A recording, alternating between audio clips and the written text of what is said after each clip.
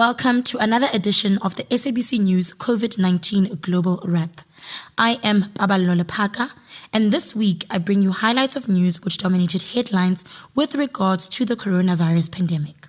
However, before we delve into it, let us have a look at some global stats. The world currently has over 478 million cases, with over 413 million recoveries and over 6.1 million deaths. South Africa has 3,709,209 confirmed cases, with 3,595,512 recoveries and 99,932 deaths. Staying in South Africa, the country has significantly dropped on the number of people infected, prompting President Cyril Ramaphosa on Tuesday to announce an easing of COVID-19 regulations for the current Level 1 adjusted lockdown. Some of these regulations include the following. Both indoor and outdoor venues can now take up to 50% of their capacity, with criteria for entrance being proof of vaccination or a COVID-19 test not older than 72 hours. Funeral capacity has now increased from 100 to 200. However, after funeral gatherings and night visuals are still not allowed. Masks are no longer required when outdoors. In terms of travel, travelers entering South Africa need to show proof of vaccination or a PCR test not older than 72 hours. Unvaccinated travelers wishing to enter the country will be vaccinated beforehand. On to the rest of Africa. The continent currently has over 11.3 million confirmed cases, with over 10.6 million recoveries and over 250,000 deaths. Many African countries have already indicated that they will ease their current COVID-19 restrictions in light of the improved pandemic situation on the continent.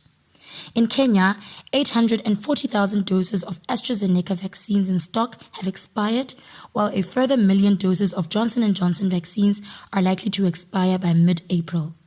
This points to vaccine hesitancy in the East African nation. Meanwhile, both Kenya and Zimbabwe are carrying out various marketing campaigns to reboot their tourism sectors with promising recovery.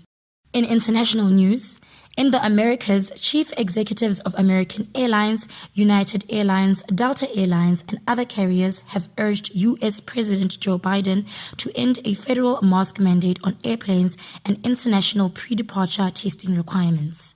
In Asia, Singapore said on Thursday it will lift quarantine requirements for all vaccinated travelers from next month. It joins a string of countries in Asia moving more firmly towards a living with the virus approach. In China, cases in the commercial hub Shanghai remained close to 1,000 on Thursday. This as authorities scramble to identify and isolate asymptomatic infections, even though a leading expert said the outbreak was being contained.